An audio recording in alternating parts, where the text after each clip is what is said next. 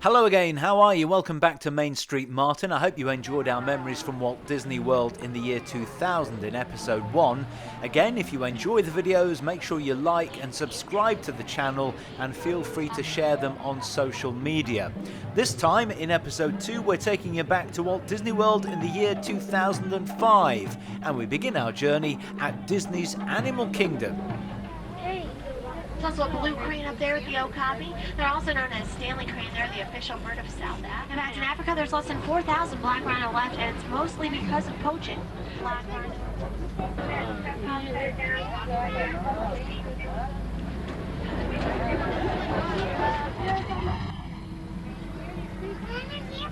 The brown two-toed animal right out in front of that baobab tree on the hill. It doesn't have a black stripe on its side. That's an impala, a little bit bigger than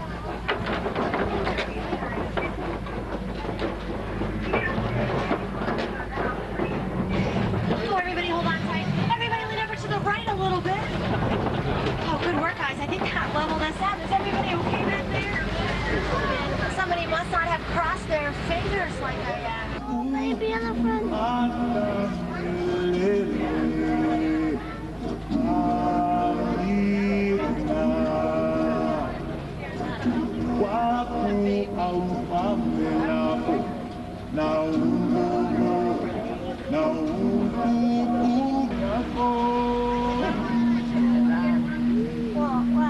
To 20 hours.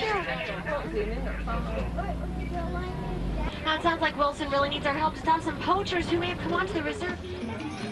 Well, from the Kilimanjaro Safari onto the exciting dinosaur attraction, a thrilling adventure to go back in time and rescue the last iguanodon. Will convince you forever that the future is truly in the past.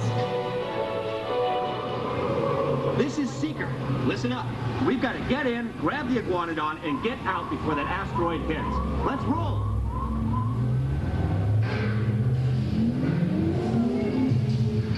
Okay, now let's go get that dino. Computer, what are you tracking? Styracosaurus. Not our... Allosaur. Raptors.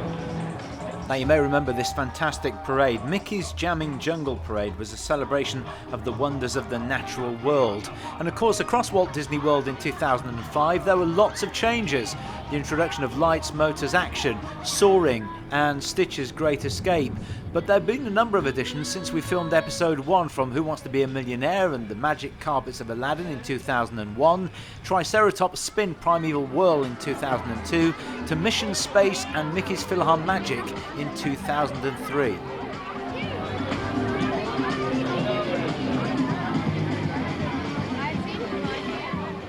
As you can see, we've now moved to Epcot, which is one of my favourite parks. At that time, you could still experience Body Wars, The Living Seas before Nemo moved in, and Honey, I Shrunk the Audience.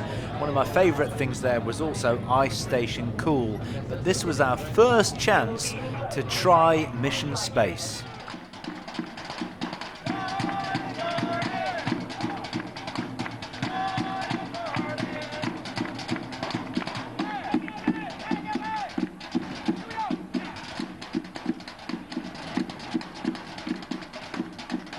So as you can see, back in 2005 there was plenty of entertainment around the park, but one of the most unmissable attractions, just as it is today, was Test Track.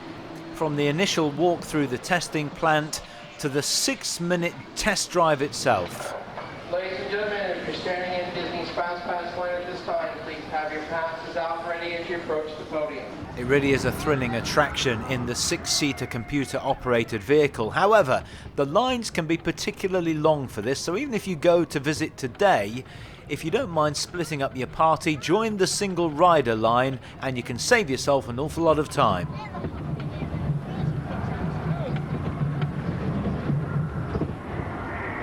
Okay, I'm going to take you right up to the cones, hit the brakes, and see if I can steer you through. Hold on.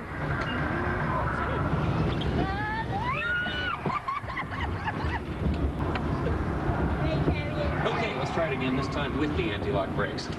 ABS reactivated. Oh, but this is gonna be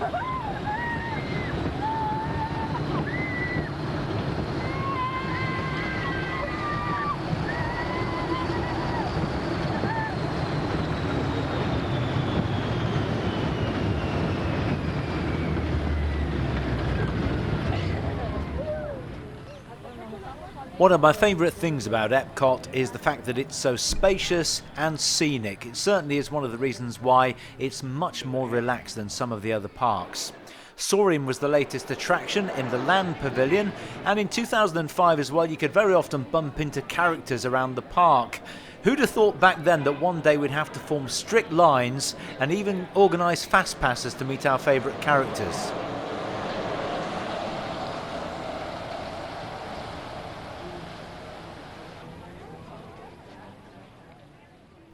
Well, Showcase is always a beautiful part of the park to visit, and there's always plenty of entertainment there.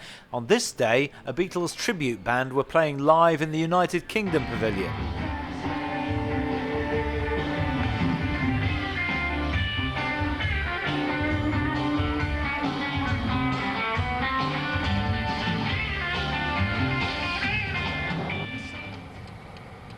From the theme parks in 2005, let's now take you to one of two Walt Disney World water parks, nevertheless with fabulous theming of their own.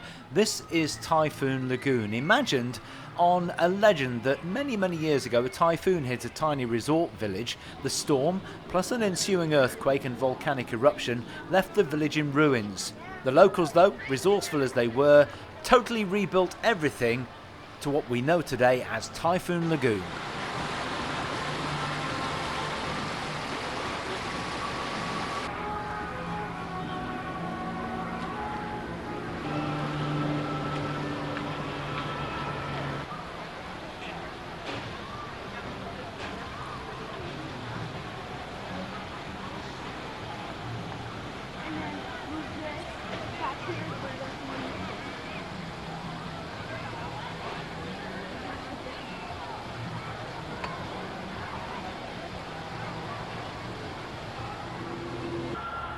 We were lucky enough in 2005 to visit the Disney MGM studios on one of the Star Wars weekends around May the 4th.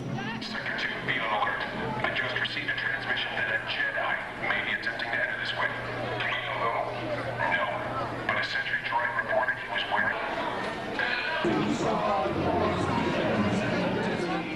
Well, a lot has certainly changed at this park in the last 15 years or so. The Sorcerer's Hat was still there in 2005, as were attractions including Sounds Familiar, the Backlot Tour, and of course, the Great Movie Ride.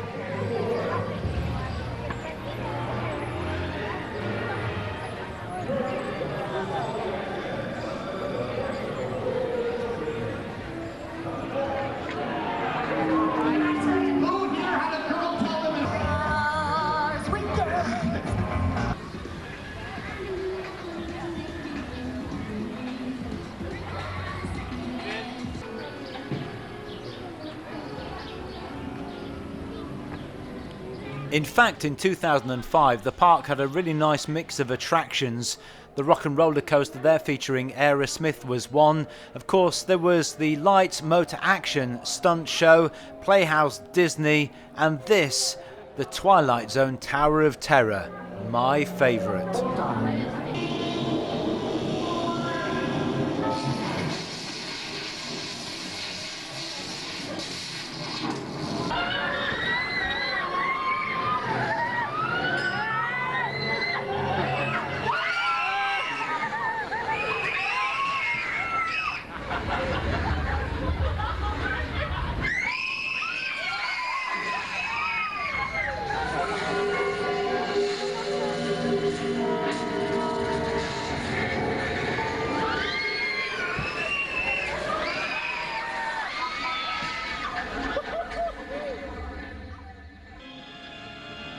And of course we can't forget this. It's one of the things that blew me away the first time I went to this park. I absolutely love the movie franchise, and this is amazing. As popular today as it was back in 2005, the Indiana Jones Epic Stunt Spectacular.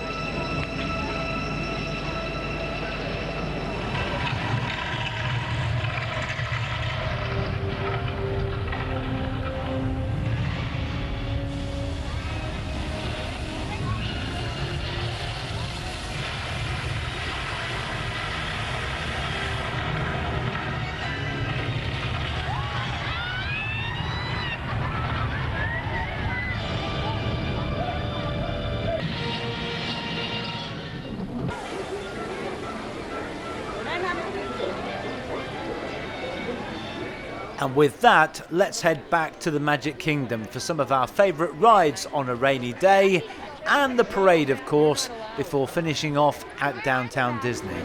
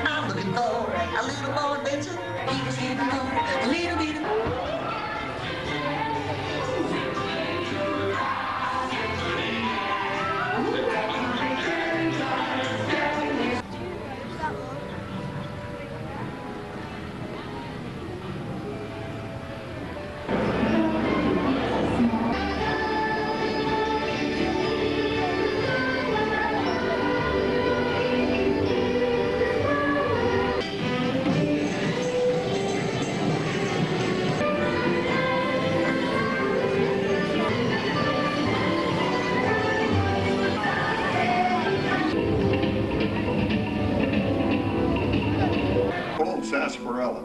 Oh, I'm sorry, I forgot. We're drinking root beer now. Beautiful tomorrow, dream come true for you and me. So there's a great dream with my heart. And when it becomes a reality, It's a dream come true for you and me.